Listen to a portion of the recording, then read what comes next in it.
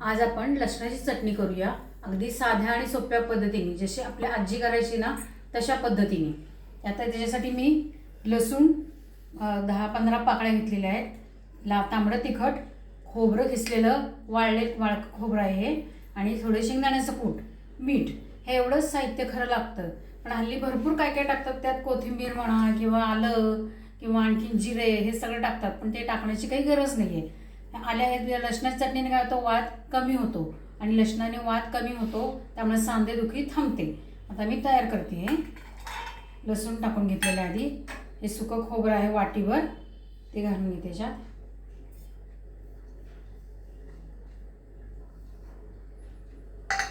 आणि हे शेंगदाण्याचं कूट अर्ध वाटी, ह्या वाटीचं साधारण माप आहे. आता त्याच्यात तांबडं तिखट टाकायचं 2 चमचे. आता पावसाळा आहे ना, चांगली झणझणीत चटणी झाली पाहिजे. म्हणजे नुसती जरी भाकरी पोळीबरोबर खाल्ली ना, ब्रेडला लावून जरी खाल्ली ना, तरी ती चांगली लागते.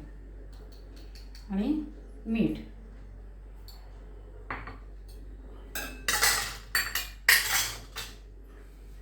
आता हे मी मिक्सरमधनं काढते.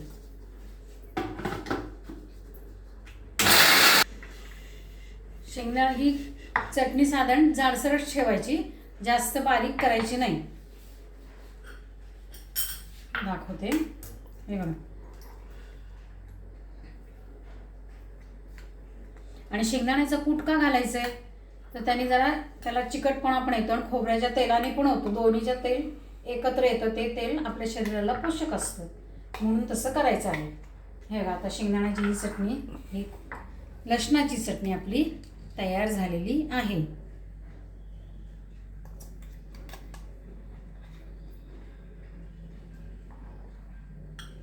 मस्त चटणी तयार झालेली आहे. खा आणि मस्त राहा.